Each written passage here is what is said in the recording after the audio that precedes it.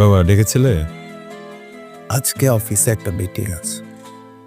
কি নিয়ে মিটিং তোমার? মিটিংটা আমার না, তোমার। মানে? মানে আমি চাচ্ছি আজকের মিটিংটা আমার হয়ে তুমি অ্যাটেন্ড করো। কি বলছো বাবা? বুঝলাম না।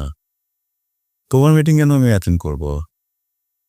আর এমন যদি কোনো কিছু থাকে তুমি আমাকে তো কয়েকদিন আগে জানাবে, তাই না? হুট করে ডেকে।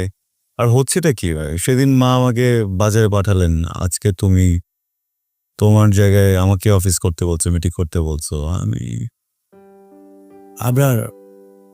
আমি কিন্তু বরাবর এরকম ধনী ছিলাম না, ধীরে ধীরে হয়েছে।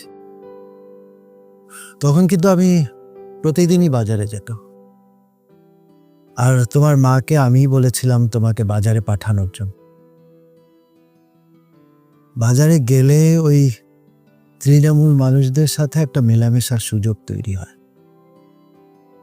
তোমার সার্কেল তো তোমার ওই এলিট ফ্রেন্ডরা আর তোমার নিজস্ব গণ্ডির মধ্যে সীমাবদ্ধ। বাজারে গেলে অন্য মানুষদের সাথেও মেলামেশার একটা সুযোগ তৈরি হয়।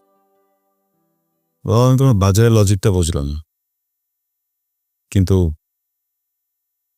তুমি যদি চাও যে আমি তোমার বিজনেস টেক ওভার করি, এখন পসিবল না।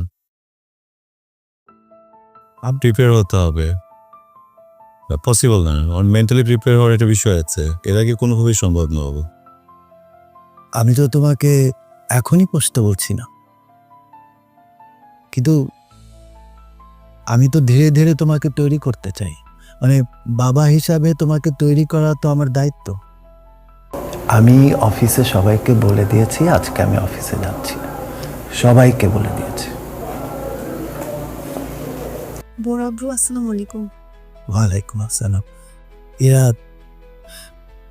আমরা একটু কথা বলছি তো, তুমি বসো। ঠিক আছে।